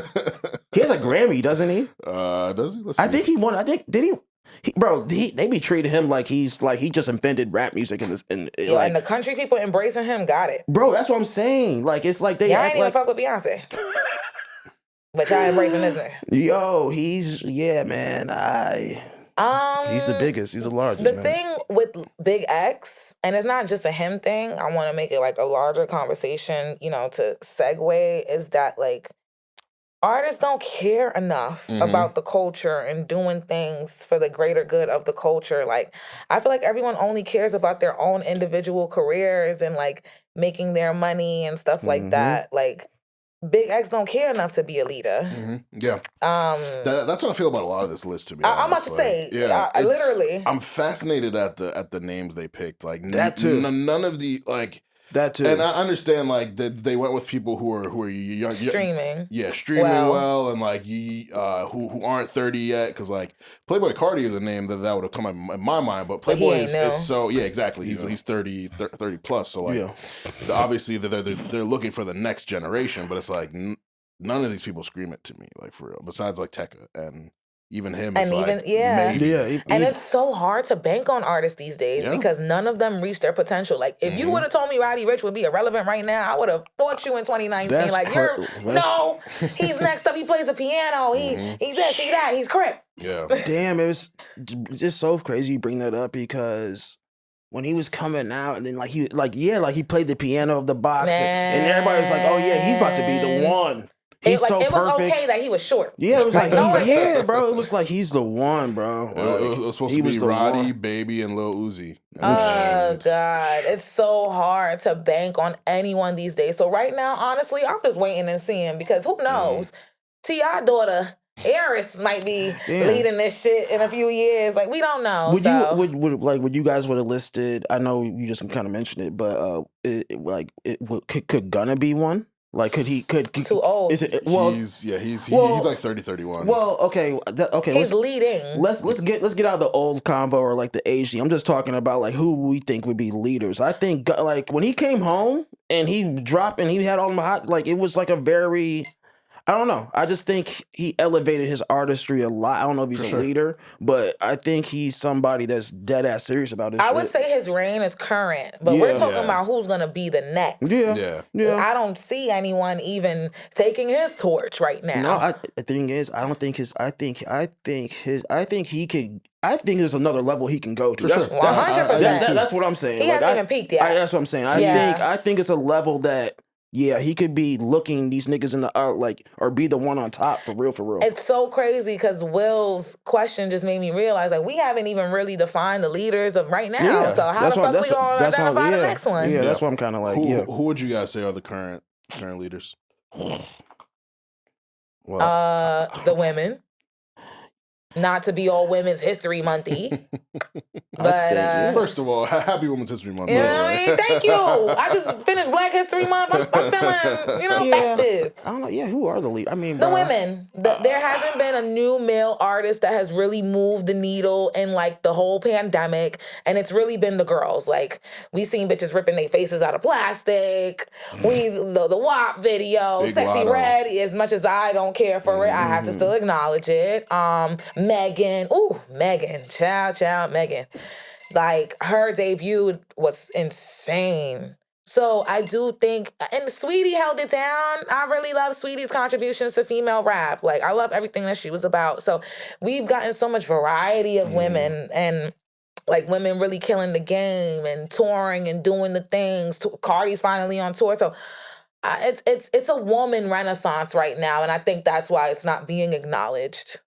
Yeah. It's hard for me to really pick out the guys like in terms of like stars, like current stars outside of the outliers, the big three. Like it'll be Playboy Cardi, it'd be Gunna, it'd be Young Boy, but like that's a good list. Yeah, but it's a decent list. Yeah, I think that's accurate. Yeah, Cardi, Gunna, Young Boy. I think that's it, to be honest. Like that is very accurate, and no one from the towns. Yeah, which is unfortunate. I mean, I definitely want to give some. Damn, who? Cardi B, A Boogie's been. A Boogie don't care enough. Yeah, he one of those on this list. He only care. He's a voice on the Proud Family and does not even post about it on his socials. I didn't even know that. He can single-handedly make the series relevant again for a new generation and literally just does not. I don't know if it's because he has a character with the gay parents. I don't know, but he replaces Orlando Brown, his character. Wow. And like that's big. You should be talking about that, artists, but hey, I mean, everything. This convo really reminds me of like the NBA one too. It's like, oh, how's the NBA gonna look when LeBron, Steph, KD, all them retire? Light skin. And like people are just like, who's gonna be? But you know what? How like time and culture happens. Somebody always pops up. Yeah. It's always gonna be somebody. Yeah. It's coming. We ready. You just don't know. Like it's always gonna be somebody. People gotta wait and see. People get so invested in trying to figure it out now. It's like, no, you wait and see. We ready though. Anytime. We've been ready. Feel me? Like people have been waiting to see who's gonna be the next guy up. Saying Drake was on the downward trend since Views, and 10 years later we're still waiting on Drake to drop. Honestly, where you at? Oh my god. Final topic before we move on to the board meeting, just because we are pressed for time. Pitchfork has been under fire these last couple weeks. They reviewed Brent Faiyaz's Icon, gave him a 5.5. They reviewed Baby Keem's Casino, gave him a 5.5 or a 5, I think. And I know the guy who wrote that review, really cool dude. And these reviews have caused so much hysteria and anger and all this shit within the community. And it's really funny to me because our community, when we're talking about music, like niggas love to say that's your opinion or music is subjective. Like they always kind of try to like take away the power of someone's opinion by being like, oh, like you're just one person, what you say don't matter. But then these niggas will turn around and get so angry when someone writes a review and disagrees with them. And I'm like, why? One of the greatest things that ever happened in my life was when I just stopped caring about other people's opinions. It's such a liberating, freeing, euphoric type thing when you don't live by what other people think. And these internet niggas, they love to debate. And they just get so consumed, so caught up by other people's opinions. Like, what was you guys' experience seeing those reviews? Seeing how Brent reacted, he was like, "Yo, like Pitchfork, sorry, I ain't pay you guys to get a better review." And people thought he was corny for that, which my bad. Didn't he call out Alphonse too? Did he like add him? Yeah. Which is kind of crazy. Like, yo, he didn't add him, but I think he called him like Ashy or something. Yeah, he did call him Started- Ashy. Yeah. He didn't call Armon Ashy though, and Armon reviewed his shit. Facts. That's what I'm saying, man. That's what I'm saying, yo. Yeah. Yo, I mean, hey, I read it. Mhm. You feel me? And Alphonse, he kind of cooked a little bit. Hold on, he wrote. He be snapping. Okay. The talk of settling down and staying in the crib feels like mood board fodder, without any of the scraps of conversation and vivid stories that give a fly-on-the-wall view of actual personal relationships. He cooked them. Yeah. Because, yeah, I know you're saying that this is Brent's best work, but I feel like he spoke with more conviction about the other shit. Like, I really believe you really that dog-ass nigga that you was singing about in the other songs versus this. I don't really believe you. That's a valid point. And then he also wrote, Brent's uncharacteristically shallow pen leaves a lot of the emotional heavy lifting to the vocals. Cook them. Cook them. Damn. Cook them. That was heavy. And that's the thing. I appreciate good writing, even if me and Alphonse don't stand on the same side. I can appreciate the how well written it was, and like it opened my mind. I was like, damn, Brent did really just transition into being this begging, yearning lover dude without us kind of knowing why. It just happened out of nowhere. Like, are you in love? Yeah, and it's like if you are, like it would add some context to the music if we saw you posting with your girl or something. Right. Like, But he always with some new girl. Yeah, So it just be like, wait, what's going on here? Because you look like you still couch surfing and doing the things, but you're just trying to sell us this. So freaky bum. yeah, tight. Exactly. So I don't know. Yeah, no, it was very, very well written. So I give Alphonse a lot of credit for that. But And they were in a tizzy about the Baby King review as well. Yeah. And I'm just like, listen, y'all, people are not making albums anymore. And just because you like a song or two or three on the project does not make it a good overall project. Yeah, factual. Yeah, like all I see people talking about is Birds and the Bees. That's it. And they're like, people are kind of split on the Kendrick feature, Flirts, Good Flirts. Like, people are kind of split on that. I wasn't really too big on the record, but like Birds and the Bees hard. The opening track was a fire. Like, it's he some got good some shit stuff on there, but as a project, it didn't hit for me. And honestly, my biggest issue with it is like it sounded like Diet Kendrick. Like it's one thing sprinkling Andre. Yeah, it's one thing to be inspired by a nigga, but if it's really cosplay. Like it is, and I get he's his cousin. I understand that, but I don't know. Like I liked Keem early on because he set himself apart. He sounded very different. Like this versus his mixtape, Die For My Bitch, like so different. I feel like with each product, he's getting closer and closer to being a Kendrick clone, damn near. And I'm just like, this ain't it for me. You know what's crazy is that like it's gonna happen again, but like the tizzy people get in for these Pitchfork reviews is crazy, bro. It's crazy, and it's like, yeah, working with Cash and he cares about him too. Like, and it's just like, yeah, they all really care about like the Pitchfork reviews. I mean, niggas and tizzies. Human beings care what other people say about them and other people think. Period. Like, especially for art too. Exactly. They're sensitive about their shit. And Pitchfork is a prestigious publication. Yeah, it is. You know what I'm saying? Everyone wants to get in Pitchfork. Facts. Exactly. Facts. And it's not like a thing that's new on social media. Like artists used to pull up to the radio station, come beat your ass if you said something that they didn't like. That's why Benzino and Slim Shady are beefing to this day, because he didn't give him 5 mics in the source. No, because Benzino outed that he called the black girl a nigga. Oh, that's part of it too? Yes, he outed Eminem's anti-black behavior, and Eminem didn't even deny it. He's like, I'm talking about a specific person. I'm not anti-black. I'm calling her a nigger bitch. Oh my God. Okay. Wow. Yeah. Well. That trade is yeah, that's why when people be talking about him, I'm like, relax now. Pitchfork is it's very prestigious, like you said, and people care about the reviews, and they have good writers, like we just read off. No, he cooked them. He's a good writer, and he's actually the reviews are on point. However, the Ice Spice review is always going to make people question the reviews.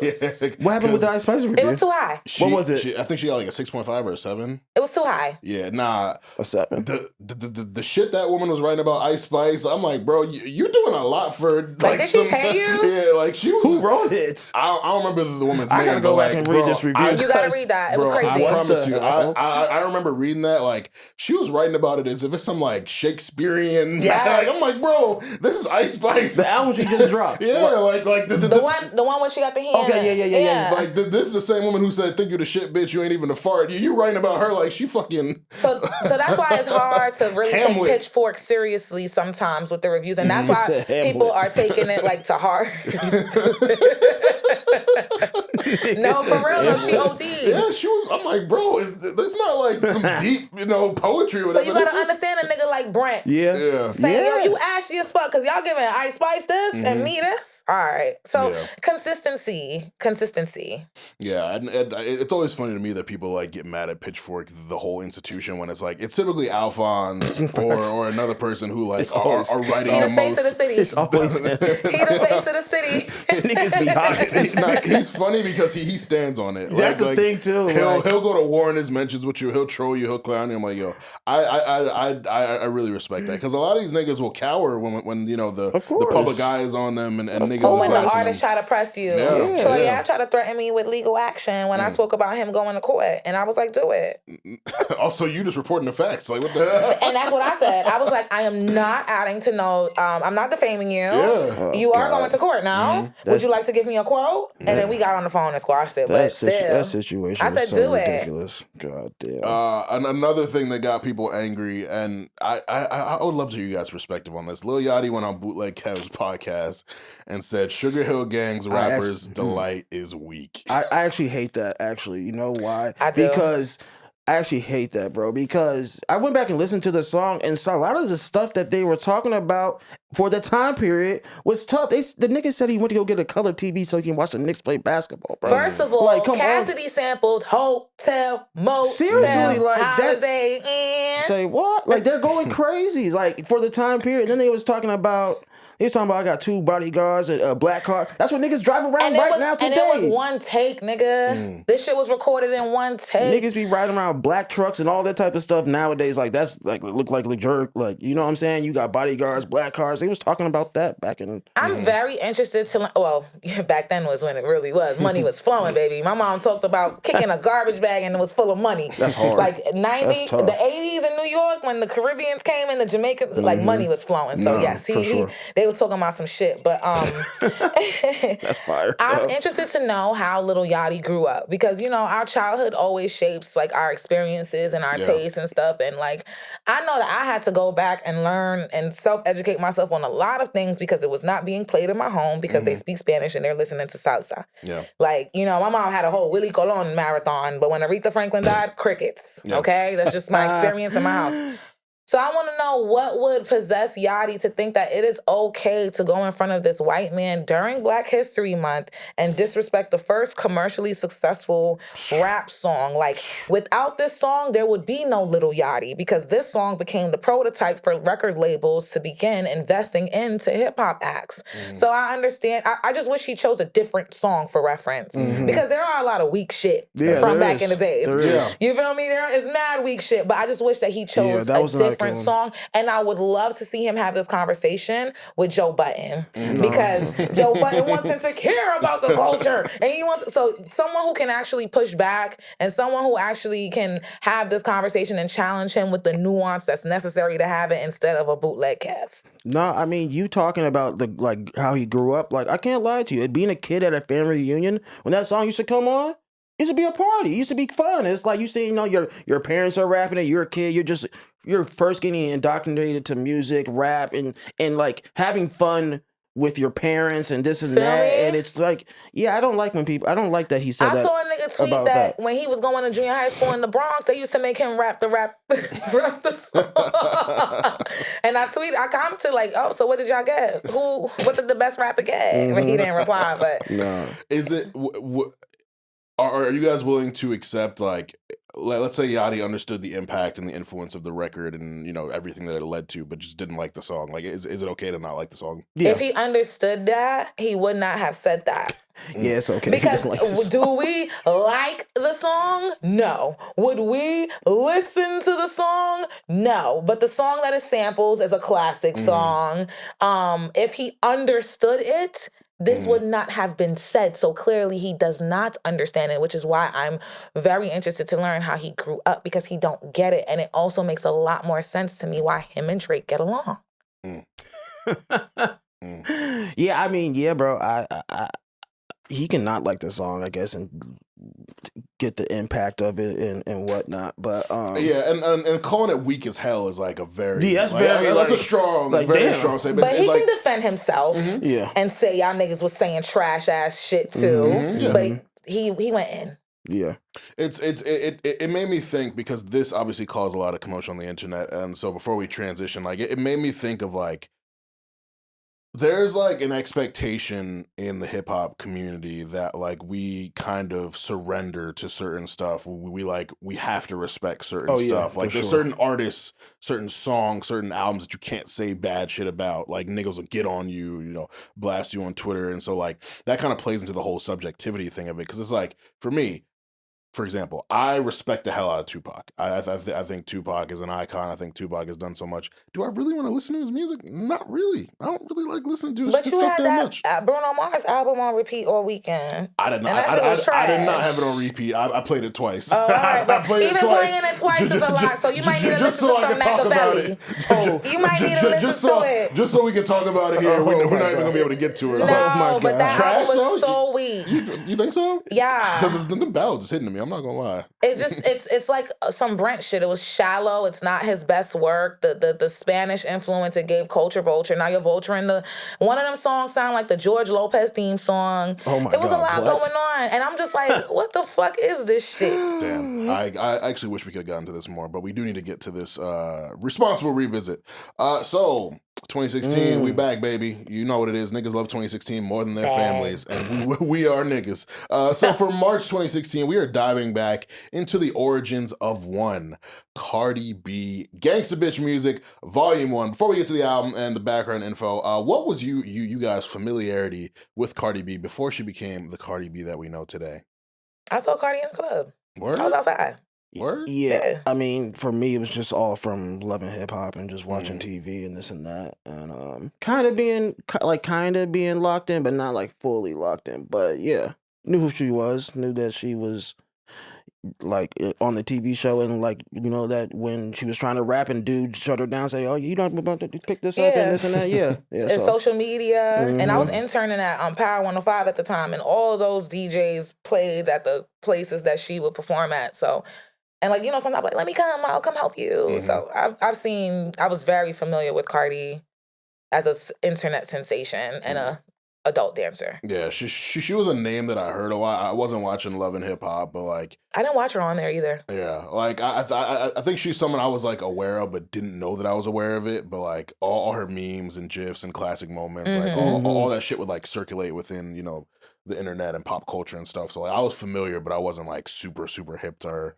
until, you know, Bodak Yellow popped off, and then I started to dig into the lore, and she like went on SNL and all that shit. Like she once shit got going for Cardi, it was to the moon. It was crazy. It was to the fucking My moon. sis was in a tizzy about it. Really? It was Why? to the fucking moon, bro. Nikki. Oh, Nikki. Okay, I was like, your sister? You got a sister? I do, but fuck her. Oh, all right. Well, Never mind. So, Gangsta Bitch Music Volume 1. Let's get into some background info. It released March 7th, 2016 by the label KSR. 13 records, 33 minutes. Features from Haitian V, Josh X, and there were some vocal snippets, skit-type things with The Breakfast Club, and one Lisa Evers. The project's accolades: it hit number 30 on the Billboard Top R&B and Hip Hop Albums chart, number 27 on the Independent Albums chart, and number 6 on the Heat Seekers chart. This project had a little controversy that followed Cardi all the way up to 2022. Kevin Brophy Jr. claimed that his back tattoo was used without his permission, and his likeness was appropriated in a misleading, offensive, humiliating, and provocatively sexual humiliating way on the cover art for That the was not project. humiliating. Bro, I'm looking at it right now. It's so crazy. It's nuts, right? It's nuts. Keep going though. This nigga snapped. Kevin Brophy filed a lawsuit in California. The court rejected Cardi's motion for summary judgment on the basis of fair use, and the case ended up going before a jury. But in October 2022, the jury ruled in favor of Cardi B and cleared her of any copyright infringement allegations. Eb, do you want to inform us on the lore of this project and DJ Self and his relationship with Cardi B? So I didn't really watch Love and Hip Hop when she was on there. I stopped watching long before that, but I was aware with the storyline that like she wanted to be signed to Gwennon. Mm-hmm. You know, he had Dream Doll at the time, Mariah Lynn, and Cardi wanted to be a part of that roster. And DJ Self just was not with it. Like, he didn't really believe in it. I didn't watch it, so I just know like that one clip that always goes viral every few years. So I'm not sure about like the other conversations that were had outside of that. But she was most likely playing him the type of songs that we heard during this revisit. And if she was playing that for so, I understand. I gotta keep it real. Yeah, Okay. Yo, hindsight's 20/20, Like, man. you didn't play him Bodak Yellow. Like, you Because if didn't. you would have played Bodak Yellow, maybe, because he not, them ears, he could probably listen, but you playing stuff like this, like, I vividly remember going to visit my homegirl at Virginia State University for, like, I forgot which holiday break. And, like, her boyfriend was riding with us. He was tired of that album. He was so sick. Yeah. Yo, that's funny as hell. That's funny as hell when you're sick of some music and niggas He was, and we were ODing Fleek, the definition of me. Nah. That's funny. So, so obviously you were familiar with the project. When did you first hear Gangsta Bitch Music Volume 1? Bro, probably like what do you say? It dropped in March. Probably I probably heard it in like May, like for real, like That year, 2016. Yeah. I didn't have no. I didn't. Were you listen. forced to listen to it, or you did it on your own will? Because I forced a few niggas to listen to it. So. It was definitely a force. It was definitely a force. How you just told that story about the nigga riding around like getting sick of it. It was definitely messing with somebody that was just playing it a lot. So yeah, I just heard it, and then and then one day because I used to have to travel to this person's house. One day I just on my commute. Let me see what this hoopla is about. on my commute from Harlem to Brooklyn, I listened to it and I was like, okay. Damn, nigga, that's a long distance relationship. Isn't it? The fuck? Isn't it? Some nigga gotta get a passport. Yeah, Dog, gangster, yours. bro, for real. But yeah, so I finally listened to it and it was like, yeah, it was Cardi B. I don't know. Yeah, it's like, all right, I know who you are, I know what you stand for. This is cute for you. Yeah, facts. Like, it's cute for you. Yeah. I'd probably heard records, but like I never listened to the full project until this weekend. So you ain't had no boo? I had boos, but they wasn't listening They to not Cardi black? B. They was no, I had a black girlfriend in 2016. And then I ended up dating a white girl, but that's besides So that's why you ain't hear it. Whoa. But that's why you ain't hear it. the bad bitches was listening to Cardi's Gangsta Bitch. Yeah, no. Me and my most recent ex, she was Cuban. She was. We were both really into Cardi, but this was like the Bodak Yellow and Beyond type stuff. So yeah, Gangsta Bitch Music Volume 1. It was not in my. Not in my purview. So he had a baddie, y'all. We're here the now. cover is so crazy. So let's get into it. The project. How'd you guys feel hearing it back then, and upon revisiting it?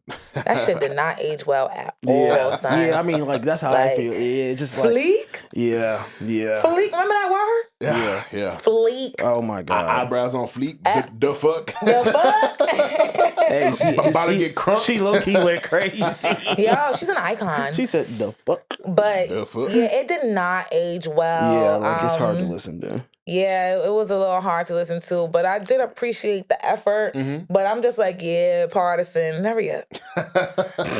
No, real shit. Hurry up, my boy. Real shit. Yeah, it's rough. It's definitely rough. Like you can hear that there's potential. That can you? Because Self didn't hear it. Kinda like certain like flows and certain hooks. It's like, okay, this with some refinement. You can get the right hands on this, get some better producers and writers in the room, and we could turn you into something. Like I really like her delivery. Like that's very signature to me is Cardi's delivery. Like and I think that's the New York in her. That's the Afro Latina in her. Like she's not Afro Latina. She not? Who's black? You saw both of her parents. Who's black? Hey yo. I'm Afro Latina. I could have sworn she was. She not? Oh, we've seen both of her parents. Who is black? My fault, twin. My bad. Yeah. My bad. They hijacking that shit, man. They do. Yeah, they do be hijacking. They hijacking it. If you're not, your parents not black, you're not Afro Latino. You're just Latino. I could have sworn people referred to her as that, but my fault. I don't mean to Because they want to justify her mischaracterize. saying the N-word. Oh, here They be we like, her go. mom is Trini. We're getting down to the But we're getting down to the nitty gritty We hear now. her mom. We see her mom. Yeah, that's not a Trinidadian woman. Her family is Dominican, and that's okay. I'm not. I fuck with her. I'm Panamanian. I could say this, I think. But yeah. Yeah, but yeah, this was not enjoyable to be honest. Like I ended up saving a few songs. I did save On Fleek, unfortunately. You feel me? It's a little time capsule. It's a time capsule. It takes me back. It takes me back. Trust Issues wasn't bad. Trust Issues was good. Yeah. Good. It gave that Get Up 10 vibe without the writer and the big production. Like, okay, Yeah. I see you hungry. I ended up saving Selfish with Josh X. Yeah, that was cute. For forever, because she flipped Plies Ritz Carlton. Oh, yes. Yeah, so it just like the nostalgia of that. Like Cardi's been really good at those like interpolations. Like, obviously, Bodak Yellow's interpolation of Kodak Black, and like she. I didn't even connect that. Yeah, she be smoking them not remixes type shits. Then I ended up saving Trick, but that's it. Everything else. Bro. Damn near the whole project without the skits. Bro, you know, It's for 4 songs. you know what's 4 crazy, songs, bro? I 4 just 13. I just looked this thing up. I just looked up the cover again, and I'm looking. You really stuck on this listen, cover. because Let me let her know you want to pose because for the next one. I do. So next, hit me up. Yeah, I'm looking at the vinyl on Amazon is $320. Like, is it like is this like rare to have? Like, is this something like? Imagine having this vinyl. Like, $320 is nuts. that's nuts. Yeah. for For this this? project. For this, like, that's what I'm just like. What? How much is the Invasion of Privacy one? that shit I must be don't know. Shit must be 1,000. Hello? I should have brick. When did Invasion of Privacy come out? What year? 2018. So it was 2 years after. Wow. Yeah, and She like, got so much. Yeah, like the Ascension was crazy. artist development for them 2 years.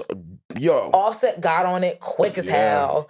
Bro, She kind of turned what? into like the fourth Migo member. oh god. She was a Miga. Because they had Motorsport. Yeah, that's when the beef started with her and Nicki. She was on that song with GE. Like, honestly, and Ooh, I remember. so then I get some money. Hard. Shit. Bro, she was cranking out hits, bro. What's the song with Bruno Mars? What's that? What?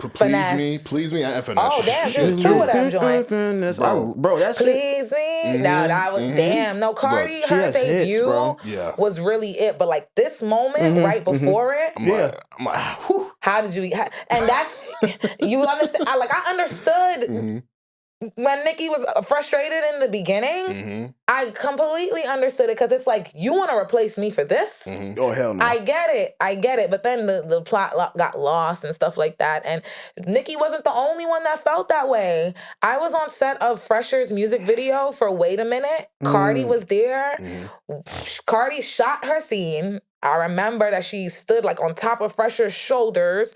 She shot her scene, and a specific artist that's always going viral every week that we spoke about earlier did not even want to come in the building because she was there. And ultimately, she was scrapped from the song. I don't want to say that he is the reason, but there was a lot of tension going on in there. Mano's mans was being disrespectful. Like, we were trying to like close off the top area. And we're like, wait, Cardi's changing. Niggas like, man, we saw her before already. I'm like, whoa. Oh hold yeah, on. that's rude as hell. I was like, wait. That's crazy. I was like, don't get me wrong. I'm going to get a little chuckle. Because I like mean, dark humor. But, whoa. yeah, but like still, come You're on. wilding. But Yeah, yeah, you're and then I interviewed Cardi on that set. Like, I had on my Brooklyn College sweater. I was asked last minute to pull up. And like, I asked her, I'm like, oh, you're working on your debut project. Who are some people that you'd like to collaborate with? And she was like, I don't want to say no names because I don't know who fuck with me and who don't. Like, she was very like jaded about whatever she has been experiencing. And I saw it firsthand how she got dissed and then scrapped from the song. So a lot of people did not see it for her. And then the machine got her. And then the machine got her. Polished her up. Yeah, got a new teeth. Got some new teeth. Atlantic was not messing Hope you know around. that ain't cheap. They was not messing around. You know what I thought was cute? The Fab reference about killing them in trust issues, and then Fab also referencing her about fixing his teeth. I'm like, oh, come on, New York, stand the fuck up. Yeah. No, this is almost like, wow. Like, Yeah. look at what the fuck you became. Yeah. Look where you came from. Like, Bro, she won a Grammy, bro. I have a question. what's up? Like, this project would kind of be like the catalyst for what we see today in female rap. Do you think that there would be like this renaissance in female rap without Gangsta Bitch Volume 1? Because I know Invasion of Privacy like really cemented Cardi. Yeah. And like that's what really made people start like scrambling to recreate her moment. But it was really like she kind of had her own, like she was like her own entity, not as big or in the mainstream, but like I don't know. Do you guys think that she could have gotten to this level or opened up the doors that she did without this project? Like, would she have gotten to Invasion of Privacy without this? No. Definitely no. No, because I think No. you know, there's a lot of reality stars that want to be artists, but putting out and Gangsta Bitch Music Volume 2 came out the following year. So I was like, oh, you're actually serious about this. Like, you're not just dropping shit, like singles. Like, once you put a project out and you're really like pushing the music, like, I definitely think this was the launch pad to like really establish herself as like, no, I really fuck with music. I want to make music and I'm going to like actually be an artist. So she's from the Bronx. She was probably rapping Rapper's Delight on the way to middle school. You know, she probably was. Like, you never know. You look at that. But I love that you bring up that there's so many reality stars that tried because Jocelyn Hernandez came from the same friend. Bro, they be trying, bro. They really be trying, but it only worked for Cardi. And like, I'm like, is it just because she's likable? That's definitely part of it. Like that type of popularity, you got to capitalize on that. Like, yeah, and no shade. The fact that it's been sustained over these years too, because like Cardi, again, not dropping an album for 7 years, and still people still asking, yo, when's it coming? Like to have only one project and niggas be waiting for you to drop again. Like just touring. So many people could only dream of having that type of appeal, and that's from her rookie run. Like that's insane, bruh. That's fucking insane. And this is 10 years ago. Do you know how much more other things we have to talk about for another artist's 10-year journey? Yeah. Like, I don't know. I do understand a lot of the frustrations from the older folks, and not just Nicki, because Kanye definitely was talking shit about Cardi B once in that video. He was talking shit. He was. And these are people who we know really put in that 10,000 hours. So if you put in that 10,000 hours and you see someone that came from social media just blow up to your level or past you, popping off in their first hour, like like what? Yeah, that shit will have you in a tizzy. Yeah, for sure. You know, so I get it. And then I don't know. I was listening to it and then like thinking about the project that she just dropped. And you can tell a lot of the songs on the current project she tried to write herself. For sure. Or some parts of it too. For sure. From re-listening to this. Yeah, no, like her type of her style of writing, her DNA, her subject matter, her certain cadences and flows and preferred production, like it's all still in there. It's just fresh Atlantic can of paint, the Partisan Fontaine parsley. Like certain producers get their hands on it, the mixing, mastering. Like it's like honestly, her career is an incredible case study. Like, incredible. Like all you show niggas just a little bit, and the niggas open up certain doors for you and take you to the moon. Like it's really remarkable. Did she always want to make music? That's what she claims. What do you think? She grew up in the Bronx, so I would say I do think that there was interest. Like probably to hear that people were going to middle school and rapping rappers. Like that was not my experience in Brooklyn. Like, oh yeah, y'all the Mecca. Yeah, facts. Like, oh y'all was about that. So I think that she was very close enough to it for it to influence her, but she was on survival mode a lot of her life. She's rapped about getting kicked out. Yeah. So she had to get money fast. And you can do that by stripping. So scamming niggas. You feel me? And she still isn't really too far off from the music scene doing that. So and didn't we all want to rap at a point? Like, absolutely. I swore I was sure a Leah. Yeah. You know what I'm saying? Like you didn't want to be a rapper as a kid? A little bit, but then like I was like one of those people. Like I just like I. You knew you couldn't. I knew I couldn't. I take it serious. Like I knew I couldn't. I take it seriously, and like I'm one of those people too. Like I don't want to do nothing if I'm like not good at like for real or like. And I just respect music too much. It was just like, I think that's why I started wanting to work in music too. Just like, okay, I can't rap or make music, but I can do this type of stuff. Back in the days when niggas knew that they couldn't rap, they just didn't. Yeah. Facts. But now niggas can't do it Yeah. and still do it That's and succeed. That's why it's crazy. So That's why it's crazy. yeah. Social media, TikTok, all this Because shit. niggas really be like, I think I'm gonna be a rapper today. Yeah. Next thing you Shit. know, it's like, fuck. But first, let me start this Twitch channel. Type shit. Follow me. Come with me. Like, You yeah. might blow up. Hey. If you were like 2 years, like in 2 years of like real artist development, like you might, And I, you go crazy. Listen, find me a- Miss2Bees. Ooh, the 2Bees. tell Cash, send me a beat. Hey man, Yo, yo. Tell Cash, send me a beat. The album cover is gonna be so crazy. Be like the beat, like Yo. we got a whole thing going Do right I now. have a manager? Holy shit! Do I have a manager? It sounds like imagine an Ebb on a sexy drill beat is killing me, bro. Oh my wow. god. But I got the Whoa. song that I want him to flip already. It's a Panamanian reggaeton song. Okay. You know what? Okay? We might be able to make an artist. We might. Hold You on. know Hold what? on. Stay busy. I need my bio Stay ready. busy. I got you. Stay busy records. Like what? That's what we doing. Fuck pod. We're about to become a label. We gotta go where the money at, man. Yo. Nah. Imagine an Ebb on a sexy drill beat. I'm gonna be laughing might at that all week. give. It might go hey. crazy. It might give. And then Cash comes on the hook, says some cool shit, and then like they go like, I'm trying to tell you. You know where to find me. Just let me know when to come to the studio, man. Okay. That's it. Nah, that would blow up. I can't lie to you. I'm saying. Your personality and everything too. Like, yeah, the Twitch channel And would go then crazy. I feel like I don't yeah. even got personality. She just lied. For Like, sure. I just be doing me Oh, and be wanting to be see? left alone. And people think that Whoa. that's like, It's groundbreaking. like, bitch, Groundbreaking. I actually want you to stop talking to me, like right now. So yeah, Oh, and I my be so gosh. serious. People just be laughing. Like I'm so serious. Send that beat. I'm not going on YouTube. I want it from Cash. Okay. Yeah. I can't wait to hear it. Maybe we'll give you guys a preview. Okay, subscribe to the Patreon to hear this shit, low key. Yeah. Final thoughts on Cardi B, Gangsta Bitch, because we just went on Sorry. hilarious. I love it. Cardi, yeah, I understand why Self was fronting. Yeah. I understand why Self was fronting, and as someone who really loves the culture as well, I don't know how I feel about manufactured people as much. I would enjoy you because it's like, hey, we still need to make money. We still it's still a business. Mhm. But leader? Question mark. Yeah. Yeah, I don't. So you don't think Cardi's a leader?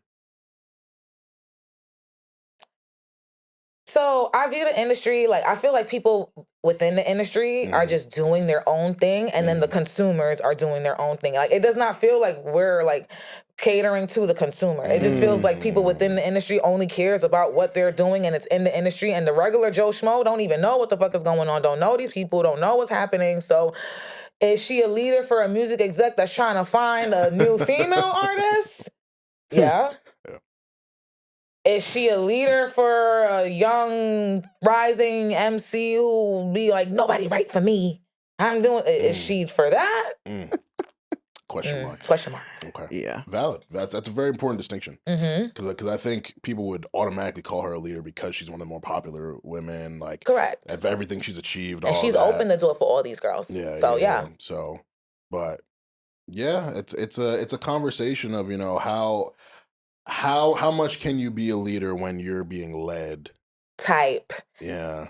8 And like bars. put together. Like people had to grab Lego pieces from different areas to put you together. Like So it's like I'm enjoying it. yeah, it's I'm fun. enjoying it. However, the way we love this shit, the people who we like and love, and can we put her next to that? Yeah, I don't know. It's crazy how fast it happened for her too. Like it's just like y'all just both did the same. That was crazy. Y'all both did the same. But yeah, it just happened so fast for her, bro. Yeah. Like yeah, I don't know. Like yeah.